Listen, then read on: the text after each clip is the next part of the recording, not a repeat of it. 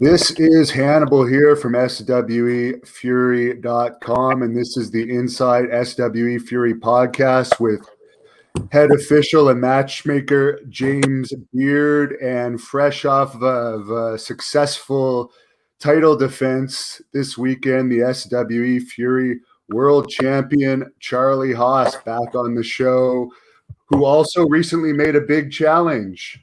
So we'll let you guys get into that. Yeah, I mean, instead of people coming up to challenge you, you're just making the challenge yourself, aren't you, Charlie? It's kind of backwards. How's it going, bud?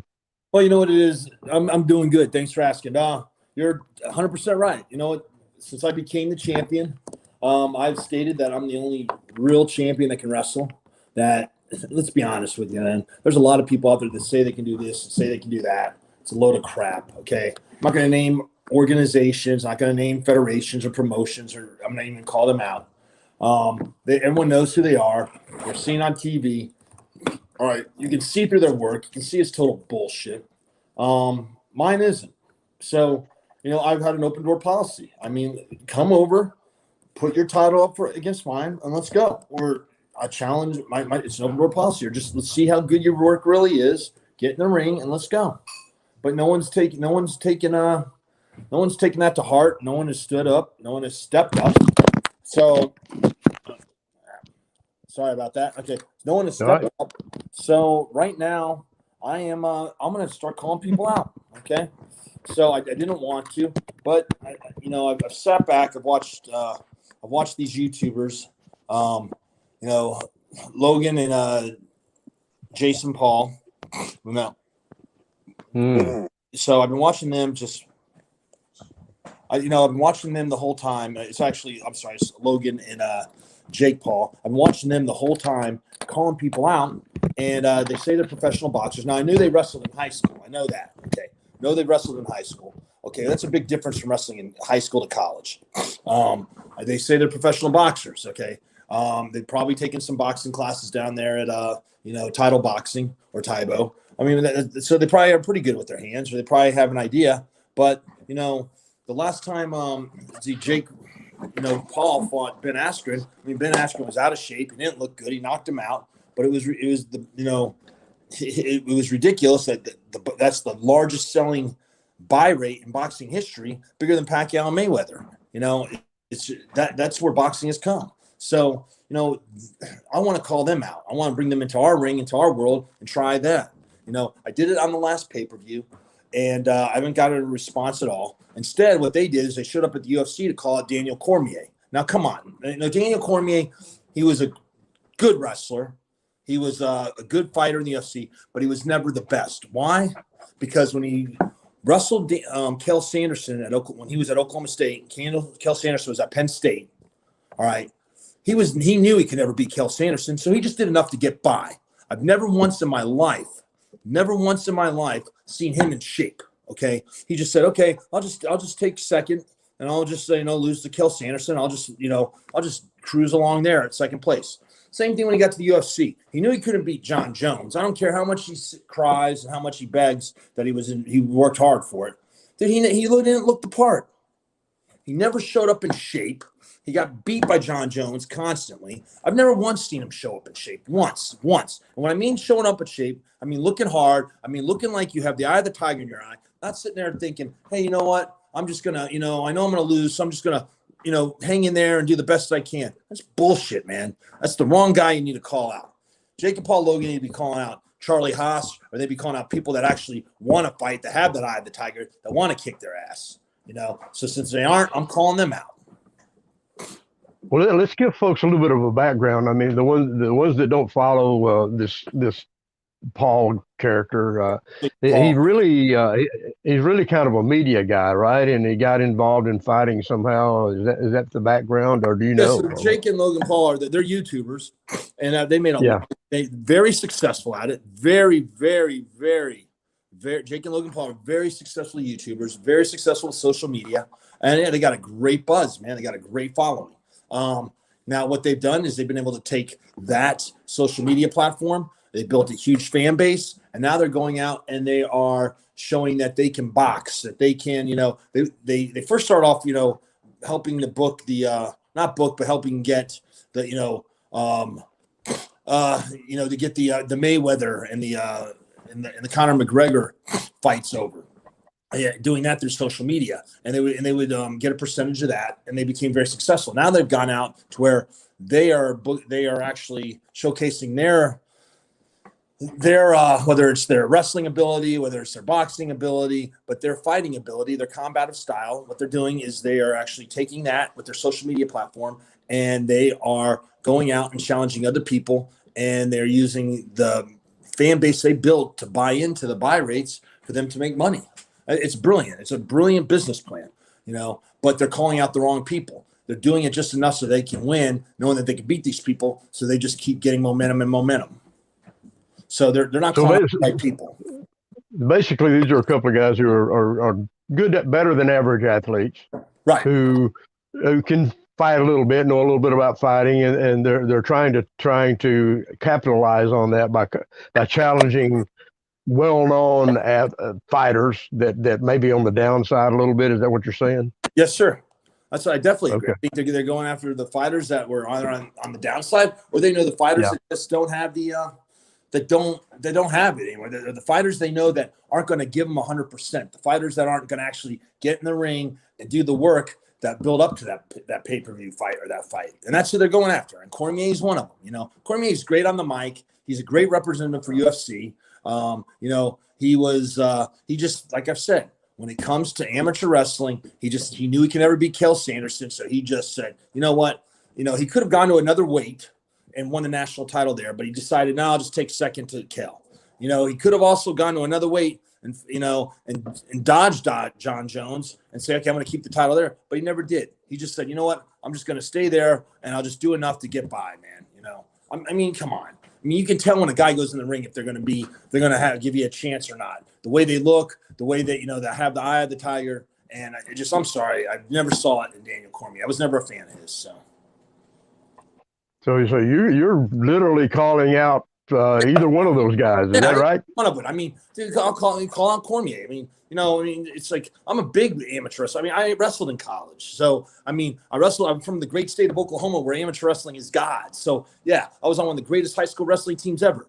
So I was with Jaworski, with Heckle, Schluchter. I mean, you name it, I was part of that team. I was on the junior national team. We had one of the best junior national teams in the history. Pat Smith, Robbie Haddon, J.J. McGrew, Charlie Haas, Trip Rogers. I can go on. Jerry Best. I mean, you name it, I've done it. Okay. So yeah, I'm calling out them. I'm like, it's ridiculous. Fight somebody that is ready to fight. Okay. Jake and Logan Paul. I mean, I'm here. Okay. Don't call out somebody that that's only going to give you 50% that they're going to whip their ass. Fight somebody that's going to give you 100%. One thing I've noticed about MMA over the years, when it first started, there was a lot of wrestling involved, and wrestlers actually kind of dominated it. Right. It's gotten to where now it's basically just a fist fight. That's pretty much what they do. Okay, so amateur wrestling is the foundation, I believe, of all MMA. Okay? I agree with that. I agree with that. Because I'm a coach, and I have taken a lot of amateur wrestlers, and I have taken them, and you can add an MMA style or an MMA style or an MMA, any type of, like, whether it's jiu-jitsu, Brazilian jiu-jitsu, judo, whatever mixed martial art you want to add. It's easy to add to an amateur wrestler. That's why amateur wrestlers are so successful. Johnny Hendricks went to the same high school as I did, Edmond, Oklahoma. Coach Huff was his coach, so was mine. Okay. You also have Dan Henderson. Come on. Randy Couture from Oklahoma State University. All right. You have some of the greatest amateur wrestlers went on to be UFC champions. All right. So it is very hard, though, to take a jiu-jitsu player, a Brazilian jiu-jitsu player, put them in an amateur wrestling match. And I've had this problem. I've had kids that they'll come in and I'll talk to their parents. Was your son or daughter ever done any type of wrestling? No, they do jiu-jitsu.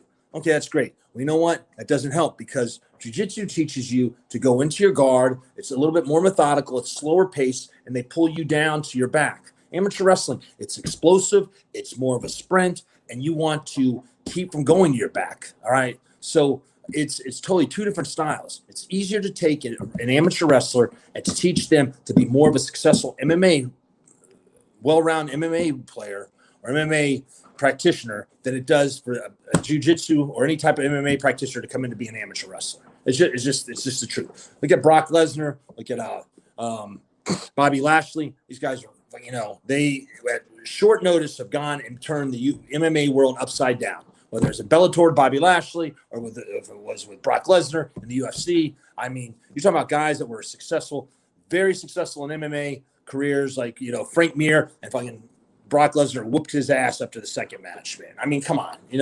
Amateur wrestling is where it is, okay? Now, the problem is once the amateur wrestlers get into the UFC or the MMA, once they get used to, okay, they get away from the amateur wrestling and they say, okay, I'm just going to be a boxer or I'm just going to box or stand up. And they get away from their style that got them there, that's where they have problems, okay? I'm not saying they're great with their hands. I'm just saying stick with what got you there. Stick with getting it to the ground, like Khabib. I mean, Conor McGregor, he's great on his feet. Khabib did what he did best. Shot the double leg, tied his legs up, and he beat the hell out of McGregor. I mean, that's it. He's a wrestler. He's stuck to the game plan. All right, so it may be a little boring. You may not like it. The buy rates might be so good. But you know what? It's success. It doesn't matter what you think when you walk away with the title. And that's kind of the point I was trying to make. A lot of the early MMA champions were basically amateur wrestlers, and they did that because they did exactly what you're talking about. And it seems like because of TV, maybe because of the I guess the demand of the crowd, they want something exciting and that kind of thing. So they start striking, and striking really isn't their cup of tea, and that's where they fail. You're 100% right. Is that not right? Okay. No, okay. That's what I'm trying to say. Right, yeah. I mean, James, you've been watching this is longer than everybody. I mean, you've been around from, you've seen it from, a lot of amateur wrestlers have come out of college and gotten into pro wrestling because at the time there wasn't MMA. I mean, look at the famous Briscoe brothers, Danny Hodge. They went from amateur wrestling into pro wrestling because there was not a platform called UFC or Bellator or MMA. There wasn't, So I mean, you've seen it at you've seen it from the beginning of not beginning of time, but the beginning of the MMA era. Yes, I mean, a lot of amateur wrestlers said, "Hey, this is a way for me to, if I don't make it to the Olympics or I can't make my name winning a gold medal, all right, I can't make the Olympic team, I have another platform to go on to where I can make some money and and get my name out there. Take it like let's look at the pioneers of MMA. Randy Couture. Let's start with Rico Chiapparelli out in California. He was a famous two-time national champion at Iowa. He started Raw, which was Real American Wrestlers, which was out in California. He brought in Dan Henderson. He brought in Randy Couture. He brought in, to name it and there was Van Arsdale. There's a bunch of other wrestlers that he took that he showed them how to take amateur wrestling and mix it with boxing and submission wrestling. And he was one of the first pioneers in coaching to bring amateur wrestling into mixed martial arts. I'm probably in the minority a little bit because I really stopped watching MMA because the striking bored me. if that makes any sense. I appreciated the technique and the wrestling part of it because there was strategy involved and the wrestling to me was more than just somebody knocking somebody out. I mean, you find some big bad street guy that gets lucky with a punch and knocks anybody out. But right. With wrestling, you got to know what you're doing. No, you're 100% right. So, that's where, at the beginning of the UFC before and I'm not here to, to give a history on MMA, but, before the Frida brothers were even bought into the UFC, but before Dana White got involved, it was one weight and the tournament was long and the rounds were like 10 minutes long and you'd have there was like a big weight difference and it got boring. You get Tank Abbott fighting a Hoist Gracie. I mean, it was just there was no psychology, there was no game plan. It was just okay, whatever happens, and that right. died really quick. Dana White came along with a vision. They changed it. They put by weights. They changed it, shortened the rounds. what they've done is they've tried to take Vince McMahon's, take some characters like Vince McMahon did, build around those characters, and try to showcase it, like putting a WWE era aura around it, and then with their UFC style, and then that's what you have to present day MMA. Now the problem is that people don't stick that anymore. Champions are changing in and out, so you don't have a chance to to build up the characters around it. Why is that? Because everyone goes away from the style that they believe in. They're going into, and I'm not saying there's, you can't train for a good luck punch or a lucky punch or anything like that. You got to be well-rounded. You got to be able to defend yourself at all levels with knowing every type of mixed martial art. You got to be good or above better than everyone else when it comes to everything. Your master may be amateur wrestling, but you got to be able to defend a punch, defend the kick, be able to defend the guard and get out of submissions. But if you stick to, like, for me, I'd stick to amateur wrestling. I know if I get you to the ground, I know if I put the legs in, or if I can keep you on the ground and my pounding ground, I'm going to win as long as I stick to what got me there. But it's the psychology, and it's also the game plan. You got to stick to your game plan. You can't veer from it saying, all right, man, I feel like I've been really good in the camp with my punches, man. I'm gonna just stand up, man. No, you don't want to veer away from your game plan. That's why it's very important to have a very good crew, a very good coach, and a very good team that makes you stick to your game plan, especially when it comes. I 100% agree with you. And that's, like I said, I'm probably in the minority because I know MMA is popular, but I just said, to me, when you have basically a punching situation now, it's a street fight, basically what it is, and there's not, not saying there's no technique. I'm just saying that it's taken away the strategy of wrestling, and I always believe that a wrestler will beat a boxer if it's just straight up. Yeah. Well, here's the deal is, so here's I'm calling out, Jake and Logan Paul. I mean, it could be either one of them. I really don't care. It could be a handicap match. I don't care. I really don't care. If they both want to fight, Rodney Mack, he's another one, a legit actual amateur shooter that you can fight the other one, who's part of the SWE roster. What I'm saying is, you both amateur wrestle. Let's do an amateur wrestling match, or let's go amateur wrestling. Let's do a mixed martial arts match, or let's do boxing. I don't care. I myself have been able to. I've been training with my hands for a long time. I used to do Muay Thai. I know Rodney Mack has. So I have no problem going up on my feet. I'd like to do it all to where we do an MMA. So it goes from, let's showcase who's better at what. Let's do it. If I take you to the ground, I keep you on the ground, I won't beat your ass. That's what my specialty is amateur wrestling. I know they've wrestled, so I don't know why they wouldn't back out from it. These guys, they got a lot on their side. They got youth. All right. They got a bigger, strong fan base right now. But you know what? Why would they back around? At least with me, they know they're going to get 100%. Why would they back out from this call out? With me, they're going to get 100%. They're going to get somebody that's going to show up in shape and that's going to be competitive and give them the fight they want. That's somebody that's out of shape, that's fucking on the downside, that fucking doesn't even know if he really wants to be there or not, that just is happy of taking second. So the challenge is out there. If they want to step up and take it, then it's a serious challenge. I know you pretty well. I'm not kicking around. Yeah, kicking around. This is a serious challenge. What I say is what I do. And I do very well. All right, I wrestle. I'll put the title up on them, whatever they want. I'll put it all up. I want Jake or Logan Paul right now, or like Cormier. Maybe how we can do it. We can do a round robin for the night. Bring Cormier in. He can be the warm up. There's a fan that wanted to know what were your thoughts on Batista's MMA match, because I know you must have known Batista pretty well in your WWE run. Well, okay, so Batista and I are very good friends. First of all, very happy for his success. Look what he's done, man. He's an Avenger. He's making a lot of money. So, I think he wanted to try the MMA. It takes a lot of balls to get in there and do it, and he did it. He went ahead and did it.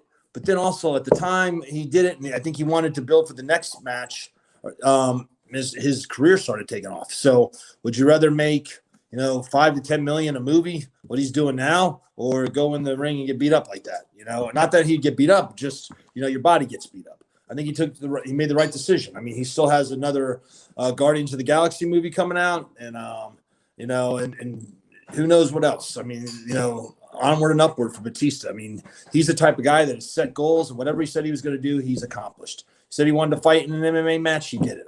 I was there. I remember backstage, I would, in between when we would be overseas in Europe, I would train with him. We train boxing, we train amateur wrestling. He'd ask me to show him some stuff, what I thought would help him, and that's what we would do to stay in shape on the road. Did you consider him legit?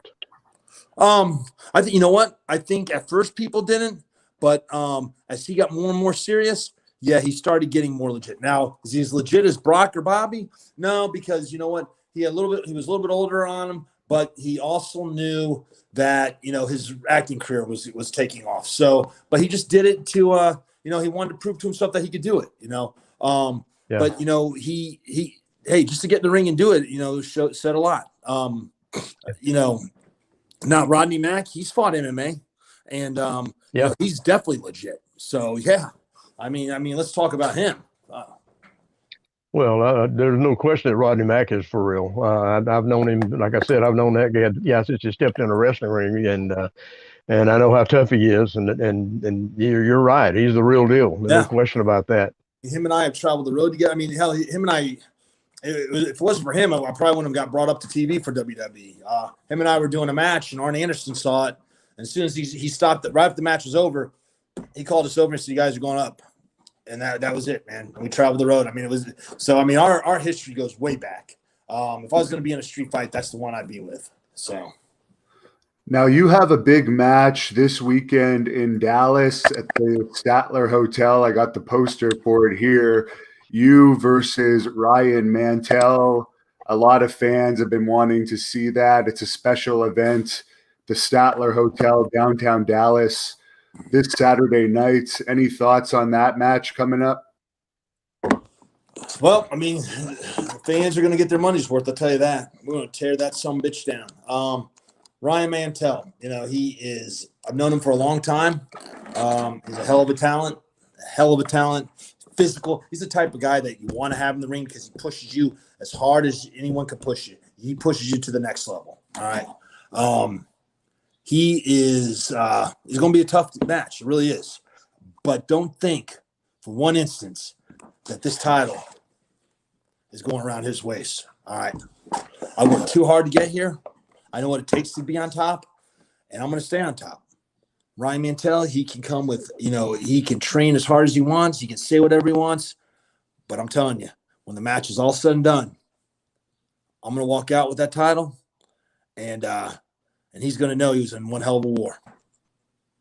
Well, he's been in a pretty intense situation with Max Castellanos. Yes, sir. And those two guys are pretty much, I mentioned on commentary the other night on TV that they kind of compared it to Buzz Sawyer and Tommy Rich back a few years ago when those guys got so involved with each other and so intense in their rivalry that it almost ruined their careers. And I wonder, do you have any thoughts on that? How many can something like that sidetrack you? I'm such a historian, but I'd say it's back when Piper lost his hearing for the U.S. title. Wasn't that Piper and Buzz Sawyer in that match? That feud? I mean, they were taking pieces of each other all over the place, and it was that's what I related to. I mean, you're right. You're 100% right. It's going back to the old, NWA days where the wrestlers there were left body parts in the ring. I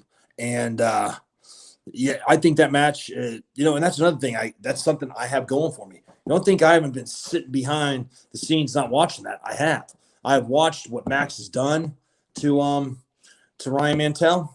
And I know exactly. So I'm the type that's going to watch my opponent, scout him, and I'm going to capitalize off what's going to benefit me. But I'm going to capitalize off, whatever injury they have. And I know Max has definitely put a whoop in it, and I know he's hurt Moonshine physically. So I'm going to capitalize off that. I'm going to go after that body part that's hurt. I'm going to render it useless. I'm going to beat him with it, and that's my game plan. And I'm going to stick with it. So for him to go in there feeling 100%, 110%, we know that's not true. because Max is another one. Max is, I love watching Max. I love because I put him up there with Rodney Mack, and I put him up there with me. He's an angry human being. When he gets in the ring, he showcases that. He goes after the body. He goes after whatever it takes to win, and he makes sure that he demoralizes and hurts his opponent. He's another one that I'd go walk down the alley with. If I was going down a dark alley, it'd be him and Rodney Mack. I'll tell you that right now. Those two right there, you can't lose in a fight. You have those two on your side. But I'm going after Moonshine, and whatever Max is ever. As a matter of fact, I may even reach out to Max and ask him what he saw, what's bothering Ryan from the last match, and go after that. So that's a great game plan. Thanks, James. There was some controversy in Rodney Mack's match this weekend. He had to show a little bit of that MMA fire. Did you happen to catch any of that match this past weekend? That was I was getting ready to. My match was on right after that, so I was not by the monitor. I did not see what happened, but please enlighten me. I knew there was some type of altercation afterwards, though. I won't get into it too much. We'll wait for the video to come out, but that's something that all I know is that showed exactly what you were talking about there. All I know is that Rodney ended up retaining his television title, so we see that one. We see that he won on that. But Rodney's the one. Rodney doesn't. He. Let's just face it, man. Rodney's a street fighter. He's a shooter. Hooker, whatever you guys want to call it, hook you, whatever, he is what he is, and he's not afraid of anybody.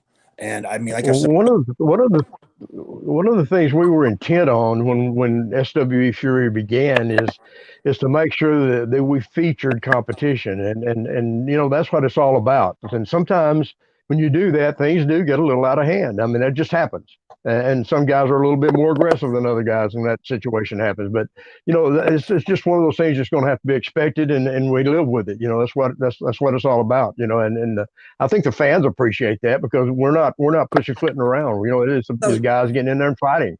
James, you're 100% win or lose. Okay, look at. I mean, we're not out there showcasing a boy band. All right, I'm not out there showing somebody that can slap their leg. I'm out there snapping somebody's leg. Okay.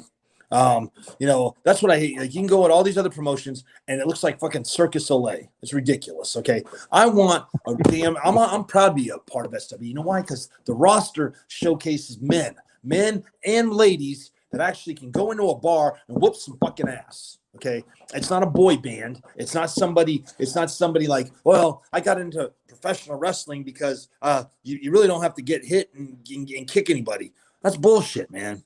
SWE is not like that, man. SWE is the real thing. They have, for instance, I'm for real. I'm the real fucking champion that can only wrestle. Rodney Mack, he's a real television champion that can whoop someone's ass. Okay. I mean, we actually can back up what we say. It's the old days of like Harley Race, Jack and Jerry Briscoe, Dory Funk Jr. I mean, but Cowboy Bob Orton Sr. I mean, you have legit, really true badasses that have decided to go into this realm of combative sports, which is professional wrestling, and we are very good at what we do, and we take it to we cross that line to where we can really hurt somebody at any God-given moment. We can, and that's why I'm calling Logan. Go ahead.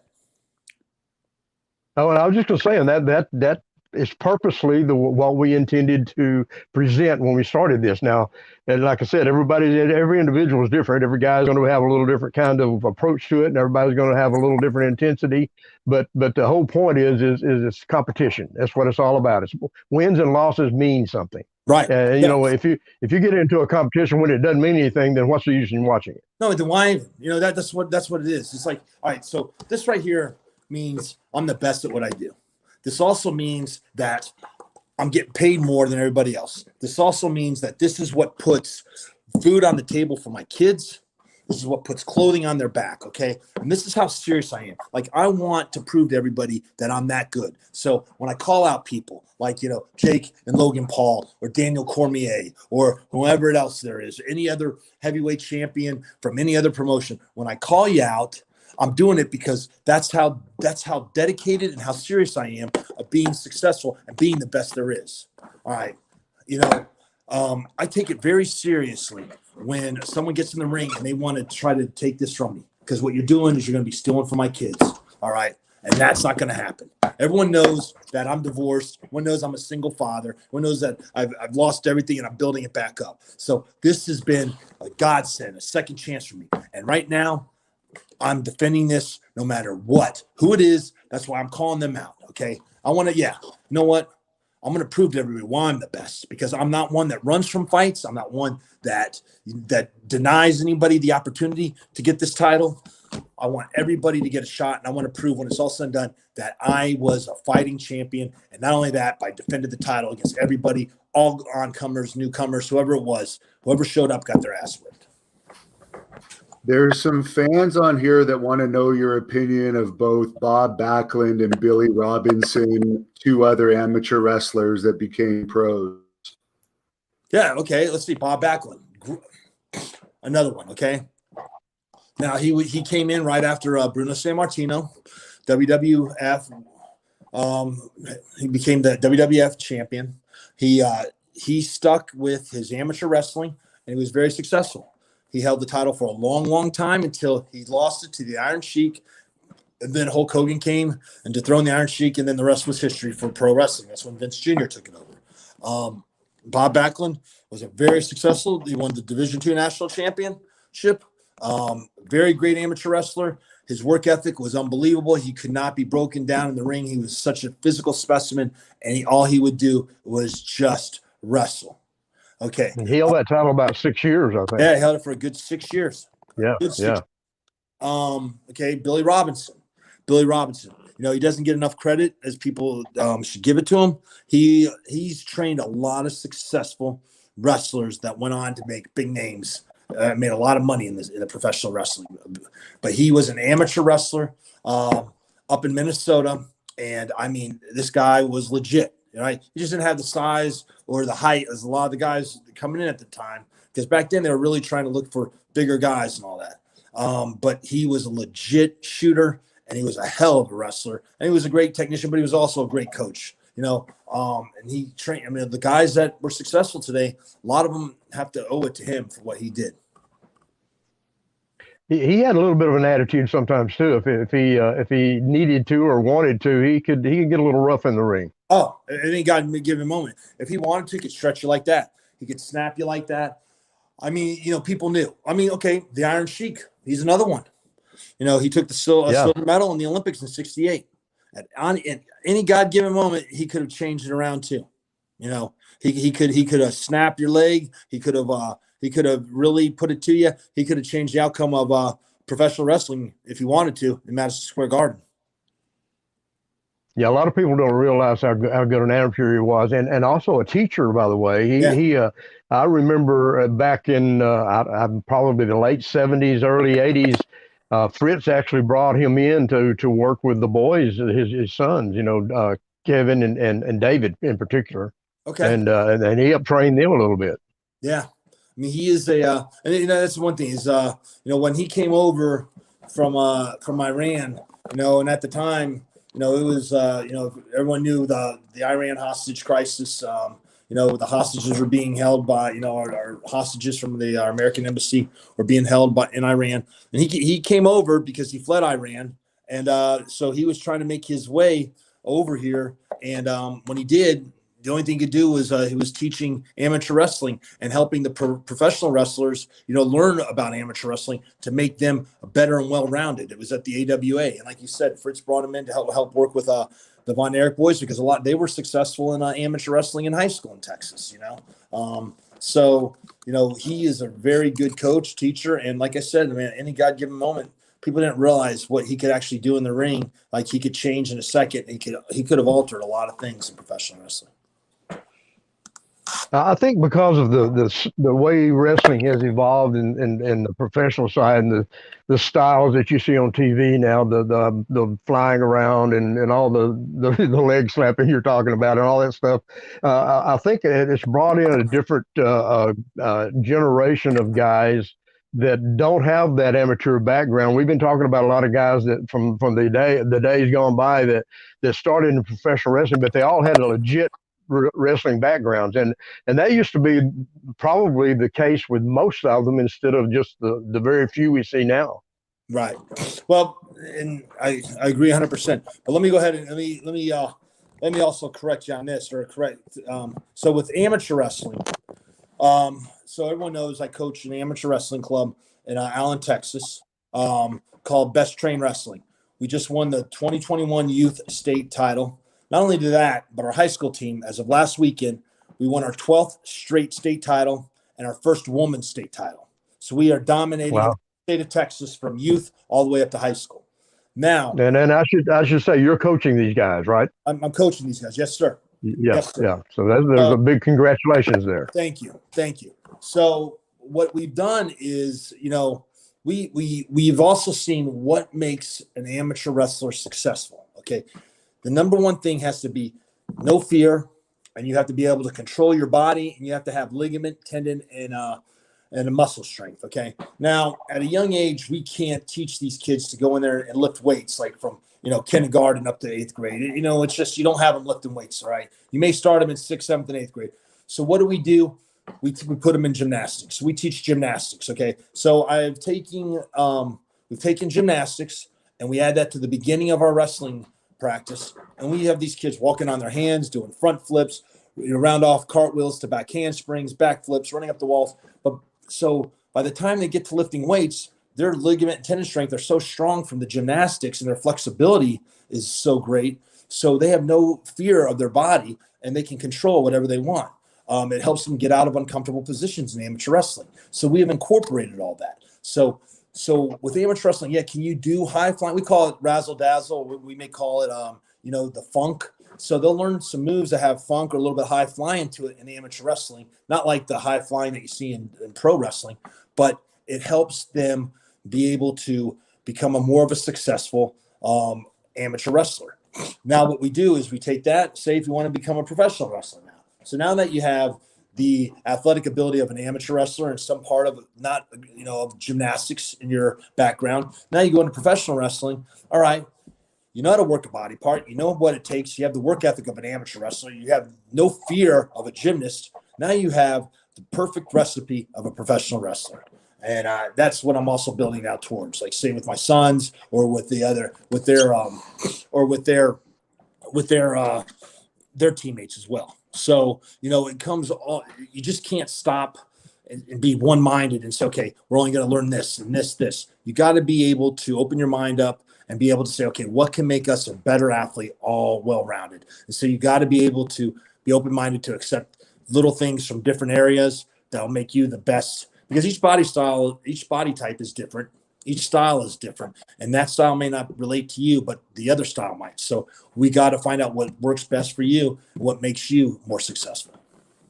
Well, you make a good point that a lot of guys who want to get into professional wrestling should think about too, because a lot of times they get so concentrated on wanting to build up their body and get big build muscles and that kind of thing and look great and all that.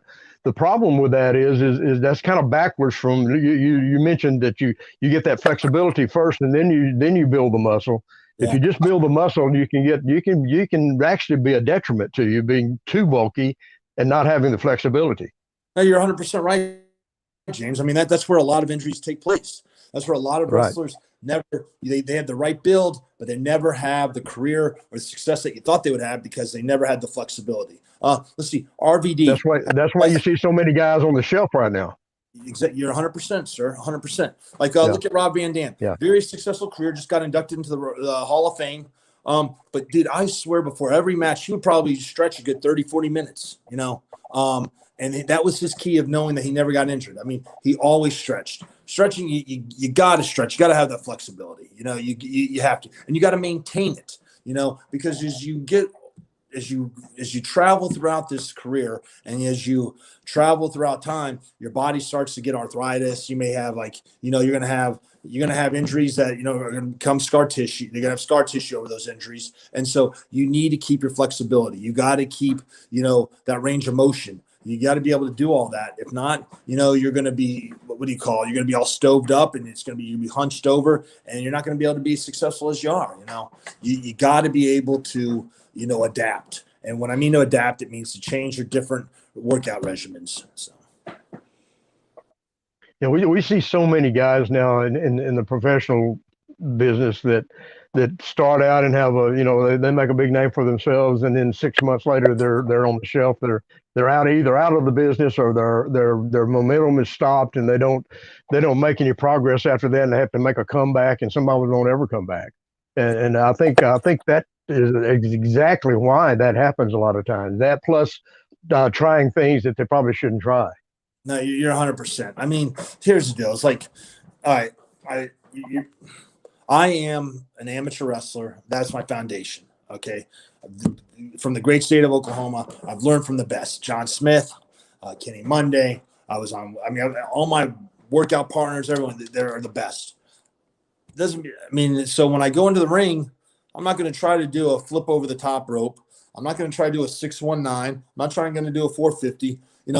That's what somebody else is good at. That's what they've been trained to do. All right. Okay. Yeah, it gets a big pop. Here's the deal. A lot of wrestlers today, they want to wrestle for the pop. They want to wrestle. Oh, did you hear that pop? Or did you hear? And what I mean by pop is the crowd reaction.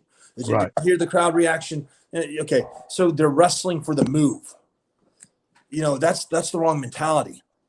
The mentality is the outcome of the match. The mentality is who is held victorious, who has their hand raised. Okay. So, and the sticking to your game plan. All right. So if I have a high flyer, I know I'm going to ground him. I'm going to take his legs out. I'm going to take his core out, and I'm going to keep him on the ground. Because if I have a guy that's 7 feet tall like Kaz, I'm going to keep him on the ground. Because I know once he gets to his feet, it's going to be all hell to pay. If I keep him on the ground and I break him down and I keep him on the ground, then he's down to my size or lower. Then I have a better chance of whipping his ass. Okay. A high flyer. Well, Go ahead. You just brought something. Go ahead, and then we'll talk about Kaz. Yeah. Go ahead. And then with a high flyer, the more they are up doing what they do best in the air, and the harder it is for me to get my hands on them, then the opportunity swings in their way. So what I do is I ground you. And I pound you. It's a ground and pound, it's whether it's by taking your leg, an arm, your back. Hell, I've even done it to where I've worked a guy's eye the whole match, where I blinded them, and that way, because where you can't see, you can't go anywhere. So people don't do that. I've mastered it to where I'll blind someone, and I will work their eyeball and keep them from seeing, and then I will go ahead and capitalize it and pinning them by working their eye. So we get a lot of comments, a lot of questions about what makes Charlie Haas tick, and why Charlie Haas does what he does and says what he says and acts the way he acts and all that kind of thing. I think tonight we're kind of getting some of that, and maybe some questions are being answered by some of these people who are listening to this. And I think that's important, because they need to know that if they want to know it now. They're hearing it from the horse's mouth. But you brought up Kaz, and it's not just Kaz, but we've got guys like Blood Hunter, we've got Gangrel. You already talked about Rodney Mack, Wes Briscoe. There's another amateur guy that's just joined SWE Fury. We've got a lot of guys that are coming in here now that are ready to compete and look like they want to step up to a challenge themselves, even if these guys that you're challenging that are radio stars don't want to step up. These guys are definitely stepping up. No, Wes Briscoe, man. I know his dad was very influential in getting me into the WWE. My brother, he was very influential in getting my brother and I signed with WWE. We're family, and I'm very happy to see him part of the SWE crew. I do know that it'll probably come down to where we're gonna have to wrestle and lock horns. But you know what? That's what is great about SWE. That I am a champion that will not back down to anybody. I will accept anybody's challenge that there is. Any challenge anyone has, I'll accept. SWE will give it to me. I want to fight. That's interesting. It's interesting that you say that, because we named all those names and then you brought Wes up. Do you see Wes as the biggest challenge for you because of the amateur background? Is that what it is? Did you hear me? Did you hear me? I lost you there, Charlie. I don't know what happened there. Hannibal may have to step in and push a button or something. I think he's going to pop in and out. Okay. Let's just talk while he's popping in and out. There's another big match. Ivali's taking on Christy Janes this weekend. That's pretty exciting. And Blood Hunter, who just defeated Sabu on the weekend, as well as another wrestler earlier on in the night. Ooh, yeah. As well. Yeah. He beat Sabu, but he didn't get out of there unharmed. That got a little rough, and I kind of wonder about Selena, what kind of condition she's in after taking another table like that, and she didn't have anybody to land on. Sabu left the premises before that happened. No, I mean, they took this picture. She was walking out of there with a cane, and her ribs were taped up. But the thing with them is all they care about is keeping that gold, I think, and it's going to be the same thing this weekend. Whoever they end up facing at the Statler Hotel, Pat Ortega, who looks like a big boy. So could be an interesting match. I'll be honest with you, even though I'm the director of talent here, I'm not familiar with Pat either. He's been suggested to us as a challenger, and because of who suggested it, we're going to give him a shot, and we'll see what happens. But he's got his work cut out for him if he gets in the ring with Blood Hunter. No question about that, because everybody that's gotten in there so far has come out with a little bit sore than they were when they went in. He and Rodney Mack tore up a rodeo arena the other night, and that's the only match he's had that didn't have a definitive outcome, really. Yeah, and that's going to be a very interesting event because it's the same production people handling that event that handled the production. And I'll put the picture up right now of the completely sold out crowd last weekend. Yeah. And from the little bit of footage that we've released so far, there's been nothing but positive comments about the difference in production. And they're handling the production this weekend at the Statler Hotel, which I got to hang out with Lacey there on the weekend, who's also going to be at that event. And it's a remarkable hotel. It's beautiful. Yeah. Lacey is a different cat too. Interesting. But that's going to be a fun night because it's a special event. It's not a regular TV taping, but it's going to be highly produced, and I think people are going to enjoy being there and seeing what we've got. And speaking of that, and I'm so proud of that production. I'm back. Oh, there you are, Charlie. Okay, yeah, we kind of took off on something to wait on you there. What we were talking about is some of the guys that were competing in SWE Fury now, and we mentioned some of them: Kaz, Blood Hunter, Roddy Mack, all those guys. When I mentioned Wes Briscoe, you brought his name back up, and what makes me curious is, do you see Wes as your biggest challenge? Is that because of his amateur background, or are you just somebody you respect? Is that what it's doing? No. I mean, first of all, let's put everybody on the SWE roster. The Blood Hunter. I mean, that's a different type of cat, man. Different type of animal. I've never even gone into those type of matches that he does. So would he a big challenge? Yes. Everybody on the roster would be a big challenge for Charlie Haas. Does that mean that I'd lose? No. That means I'd have to go into a different part of my life or a different part deep down in my soul to become a different person, to be able to defend the title, to be successful. Yeah, it'll probably be pretty scary if I had to fight somebody like a Blood Hunter. With Wes Briscoe, I'm going to have to really rely on my amateur wrestling. I'm going to have to really just know that I have more experience than he does, and I will have to just pull that out. Everybody on the roster, that's what is different about SWE. Everybody on the roster poses a threat to everybody else. Me, I'm no exception. All right? I'm just better at what I do. All right? And I will prove it. I could see him being my thorn in the side. I could see him, and I know our family is broken bread, and they've done more than, the Briscoes have done more for me and my family than I could ever even possibly. I mean, going back before my brother died. But, let's face it, man, it's about making money, not making friends, right? Friends don't pay bills. So truth. That's true. And that's the truth. When it comes to Big Kaz, you know what? He's trying to, use me as a stepping stone to go somewhere. That ain't going to happen. He can go to step, and I'm going to break that leg. All right, that's that. Mantell, God bless it, man. He's a hell of a competitor. He's just not ready yet. So, but West Briscoe, I see this going to be, I see this in the future going to be one hell of a match, man, and it's going to be something you don't want to miss. We've talked a lot about competition, and that's definitely what we have here in SWE Fury for sure. Yeah. But we were talking a little bit when you were out for a second there that about the production and how much that's changed and how it's upgraded and unbelievable. The atmosphere the other night was incredible, and I'm so proud of that. And we just got news today that WC, the network and channel 33 in Dallas, we've been on kind of a late night deal there. Starting in June, we're going to move to 10 o'clock on Saturday nights, which is, if anybody recognizes what that means, that's the old world class hour. So we're really proud of the fact that we're going to move into a probably a little bit more amenable hour for wrestling fans to watch, and we're excited that the TV stations are seeing something in us that want to put us out there and represent them as well. It's just a great feeling to know that we're making that kind of impact, not just in Dallas. It's happening in a lot of other places too, but especially in Dallas, in our hometown here. We're going to be on at 10 o'clock starting in June, 10 o'clock on Saturday night. And, man, that's an incredible thing to know.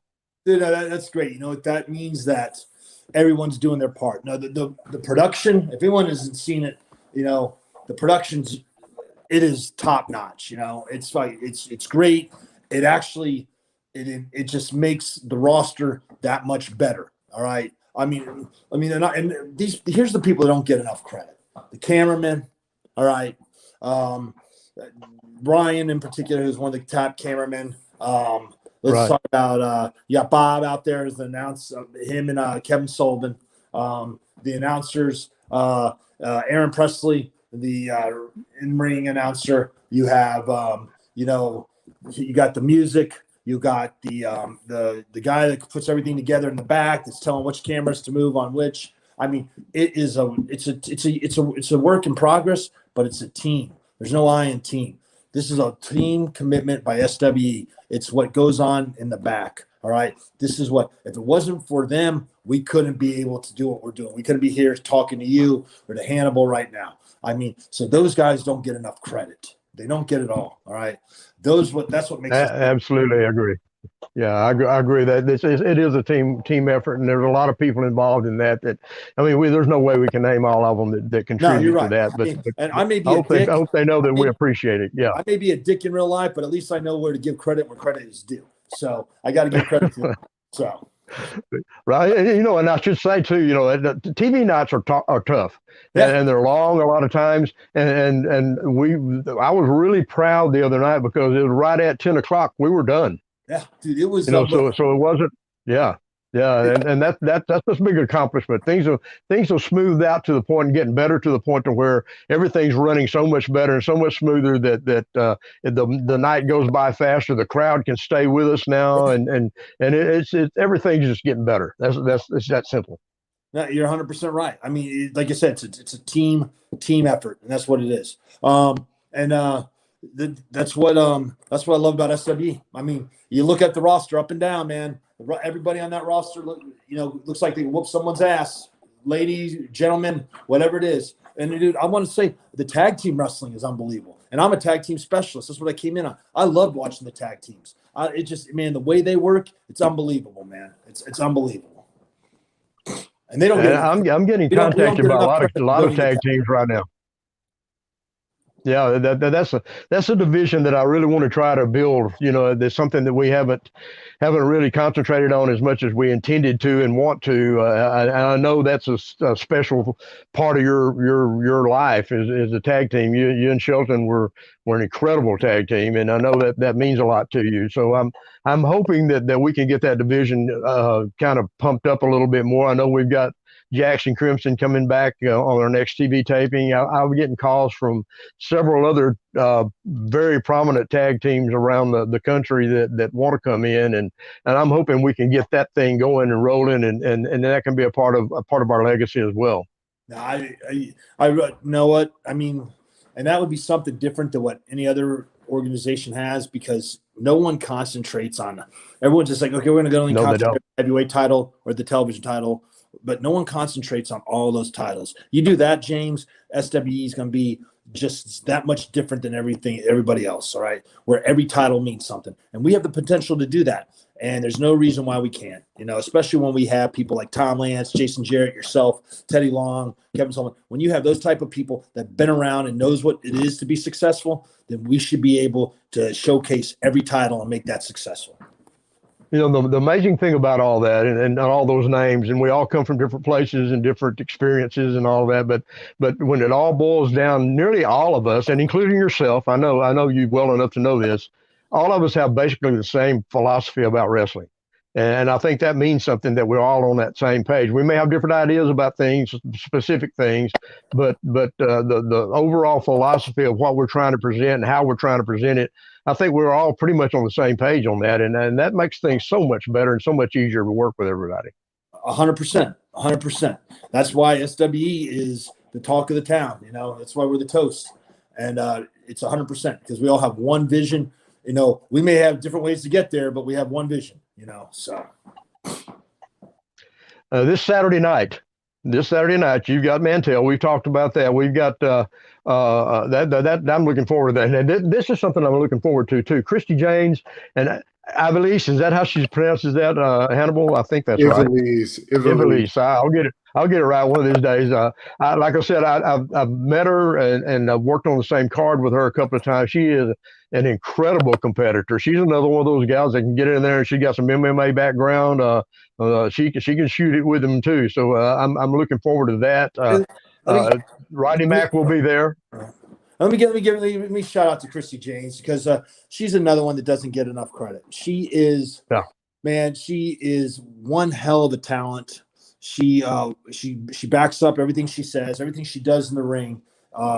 It's exciting to watch her.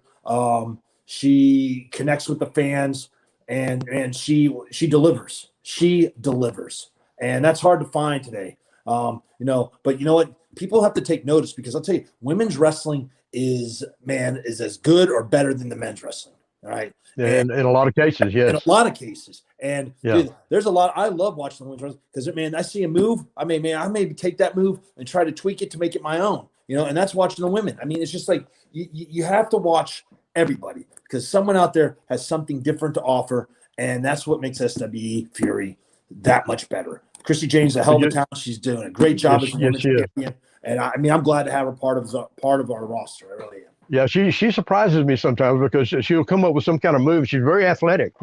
She's sneaky athletic. She comes up with some moves sometimes that I'm like, I didn't know she could do that. And she does it when she just needs to do it. She's kind of like you were talking about. You do what you got to do to win, and that's what matters. The thing is you know how you become successful in wrestling? You don't think about it. You just do it. Whatever your reaction is, you just go with. When you start thinking about it, people can see you're thinking, and that no matter what sport, it's like how much you got to be able to take the information, process it, and you have to deliver it right away. If you start thinking about it, you're gonna get beat. You get beat really quick. You can't think. You just got to react. And that's what she does. That's why she's successful. She reacts. Very good. What's the rest of that card Saturday night? I know that this is a special event. Saturday during the day, some of the SWE stars are going to be at the guitar show, which is at the I think I don't remember what the name of the building is now. But and we got a graphic on that, whatever it is. But, the guitar show. I'll put it up right now. I think it's the Friday night before.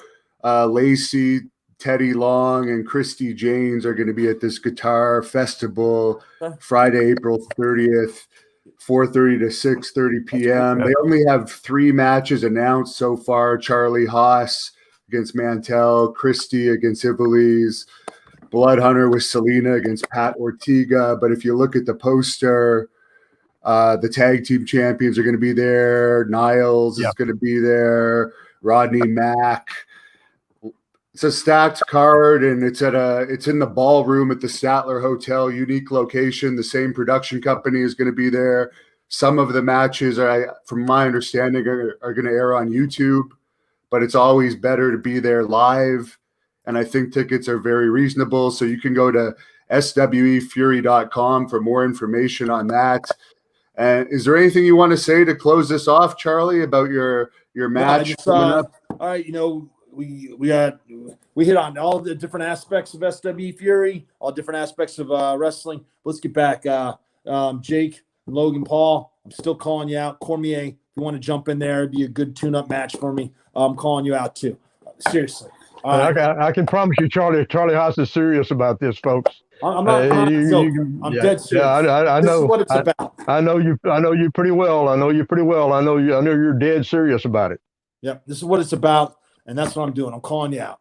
So this is the second time I've done it. If I don't hear a call back, then you know what? Maybe I have to do a national campaign to get somebody to return my call. But anyways, contact SWE Management if you have a problem. If you do want to make this work, SWE Management, Tom Lance, Jason Jarrett, or hell, even called, James Beard, Tim, whoever. Yeah, we'll make it happen. Help do it. So please call us. Yep.